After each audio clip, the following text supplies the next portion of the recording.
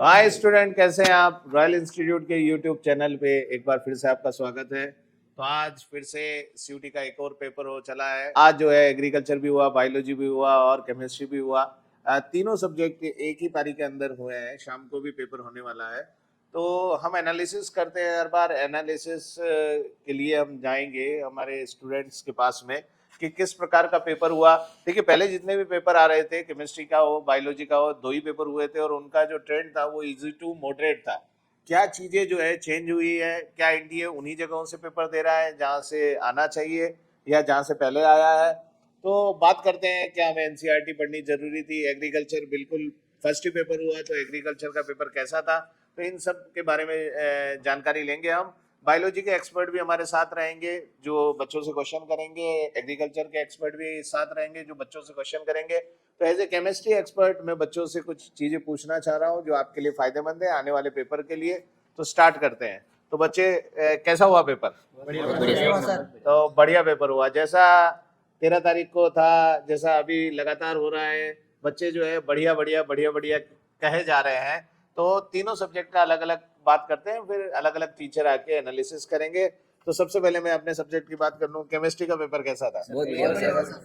बढ़िया पेपर था। मतलब वही ट्रेंड रहा कि 50% ऑर्गेनिक केमिस्ट्री आई और 50% इनऑर्गेनिक। बिल्कुल वैसा ही रहा जैसा ट्रेंड हमेशा रहता है। अच्छा, पैराग्राफ कहाँ से आए थे इस बार? अच्छा, कॉलराज इलेक्ट्रोकेमिस्ट्री। अच्छा, एक 13 तारीख को शाम को भी इलेक्ट्रोकेमिस्ट्री से जो है वो पैराग्राफ आ रहा है। इसका मतलब इलेक्ट्रोकेमिस्ट्री से पैराग्राफ बार बार आप पूछा जा रहा है। अच्छा, दूसरा paragraph organic chemistry, aldehyde ketone, जो सबसे इंपॉर्टेंट चैप्टर है, वहीं से ही जो है पैराग्राफ आया था। तो 2 पैराग्राफ की कहानी तो आपके सामने क्लियर हो चुकी है कि पैराग्राफ आ ही रहे हैं। अच्छा, मैच वाले क्वेश्चन आए हर सब्जेक्ट में। मैच वाले क्वेश्चन टिक कर लीजिए कि आने वाले हैं। अच्छा, स्टेटमेंट के क्वेश्चन आए हैं? यस, स्टेटमेंट के क्वेश्चन टिक कर लीजिए। अच्छा, असेशन रीजन, कारण कथन आए कि नहीं आए? मतलब 13 को भी नहीं आए, 13 शाम को भी नहीं आए, बाद वाले पेपर में भी नहीं आए और अभी भी नहीं आए। तो एक राहत की बात है कि असेशन रीजन नहीं आ रहे हैं। तो एक टिपिकल फैक्टर से आपका जो है बचाव हो जा रहा है। तो नेक्स्ट बात करेंगे केमिस्ट्री का पेपर। बढ़िया बढ़िया बढ़िया बढ़िया तो कह दिया आपने। अच्छा, इसको इजी टू मॉडरेट बोलेंगे या मॉडरेट टू हाई बोलेंगे? Moderate to high.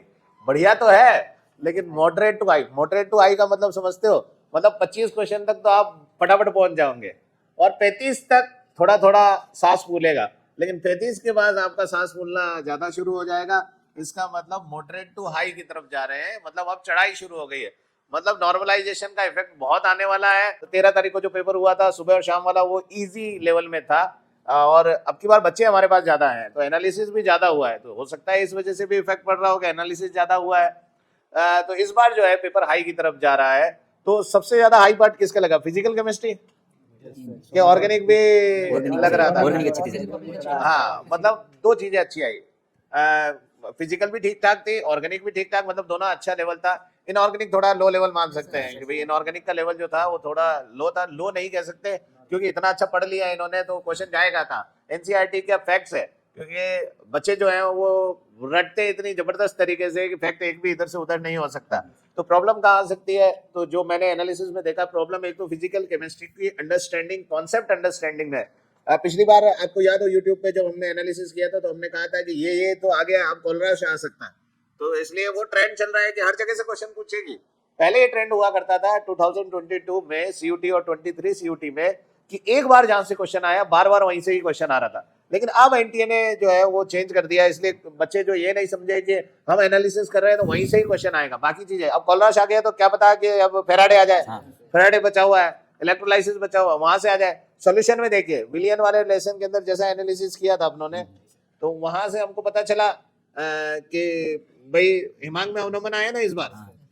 जैसा एनालिसिस किया, हिमांग में अवनमन आ गया, डिप्रेशन इन फ्रीजिंग पॉइंट का न्यूमेरिकल आ गया। अच्छा, विलियन में कंसंट्रेशन टर्म आ रही है, तो कंसंट्रेशन के क्वेश्चन आ ही जा रहे हैं। तो ओवरऑल एनालिसिस तो ये था। ऑर्गेनिक केमिस्ट्री में नेम रिएक्शन आ ही रही है, बायोमोलिक्यूल से 5 क्वेश्चन आ ही रहे हैं। तो ये तो केमिस्ट्री का ओवरऑल एनालिसिस हो गया। अब क्योंकि इन्होंने बहुत अच्छा अच्छा बोला है और वास्तव में एनालिसिस के बाद भी इनको बहुत अच्छा लग रहा है, तो देख लेते हैं कि चीजें जो है वो रॉयल इंस्टीट्यूट के अंदर कहाँ कहाँ से आपको फायदा किया।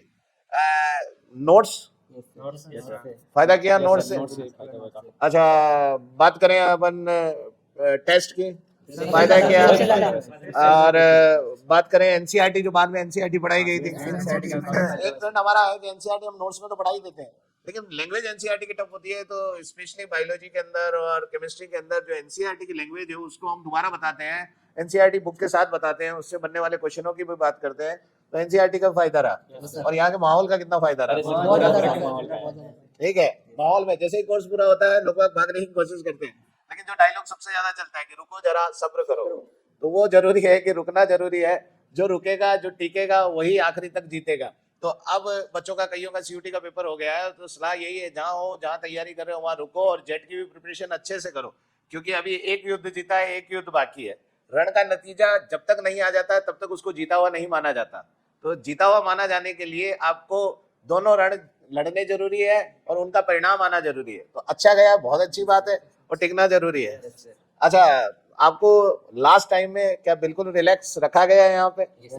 रिलैक्स, अच्छा, अच्छे से तैयारी। अच्छा, नींद पे प्रॉपर ध्यान दिया आपने? अच्छा, एग्जाम से एक दिन पहले क्या किया आपने? रिलैक्स थे सबके? रिलैक्स किया, पढ़ाई नहीं की एक दिन पहले। अच्छा, एक दिन पहले बंद कर दी पढ़ाई को। अरे वेरी गुड। नींद पूरे लेके ले 9 बजे सो गए थे। तो ये भी देखिए कितना रिलैक्स माहौल है। वो किताब वाली नहीं, जो प्रारंभ में ही तैयारी कर लेता है वो अंत में हापाधापी जिसको बोलते हैं अपन, वो नहीं मचती है। रिलैक्स वही रह सकता है जिसकी तैयारी अच्छी है। तो अच्छी तैयारी के लिए अच्छे इंस्टीट्यूट से जुड़ना जरूरी है, और सीयूटी के लिए हमसे अच्छा कौन हो सकता है। तो आइए, अगर आप जुड़ना चाह रहे हैं 11th 12th फाउंडेशन कोर्स के अंदर है, तो ये बच्चों की बात आप सुने और विश्वास रखें। हम रॉयल है और हमारा नाम ही विश्वास है। रॉयल विश्वास का दूसरा नाम है। ये बरसों से करते आ रहे हैं और हर बार करते रहेंगे हम। अच्छा, तो केमिस्ट्री के अंदर, अच्छा कंप्यूटर सिस्टम था, तो क्या आपको कंप्यूटर की प्रैक्टिस की थी आपने? ये एक और बड़ी बात है कि कंप्यूटर सिस्टम, कई बच्चे ये बता रहे थे कि माउस नहीं हैंडल हो रहा था। माउस ही नहीं है।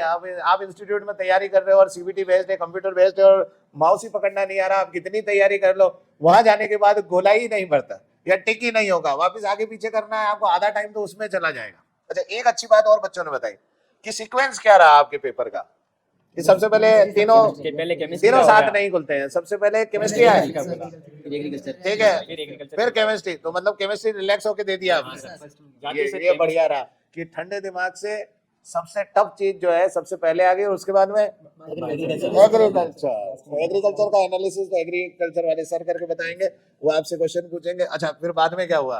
फिर आखिरी में बायो। और बायो तो इस बार झंडे ही काट दे रहे हैं, मतलब बायो तो जबरदस्त है। बायो की टीम को जो है बहुत बहुत शुभकामनाएं। उन्होंने जिस तरीके से पढ़ाया, बहुत जबरदस्त। मतलब आज कोई भी रॉयल इंस्टीट्यूट का बंदा जो है नंबर 1 पे जो बात कर रहा है वो बायोलॉजी की। तो बायोलॉजी बच्चे, टफ होती है बायोलॉजी, इतना आसान नहीं है इतने सारे कॉन्सेप्ट को एक साथ लेना। केमिस्ट्री तो टफ होती है, लेकिन बायोलॉजी को इतना आसान बना दिया गया है। तो जो गुरुजन है रॉयल केमिस्ट्री के, जो मैम है, उन सबको जो है बहुत बहुत शुभकामनाएं। शुभाशीष, क्योंकि मैं बड़ा हूँ तो इस तरीके से मैं जो है उनका धन्यवाद अदा कर रहा हूँ कि थैंक यू वेरी मच, जो आपने इन बच्चों को इतना अच्छा पढ़ाया। और बाकी की बातें जो है हम अलग अलग जो है टीचर्स आके करेंगे। तो यहाँ तक मेरे सब्जेक्ट में मेरी तरफ से इतना ही।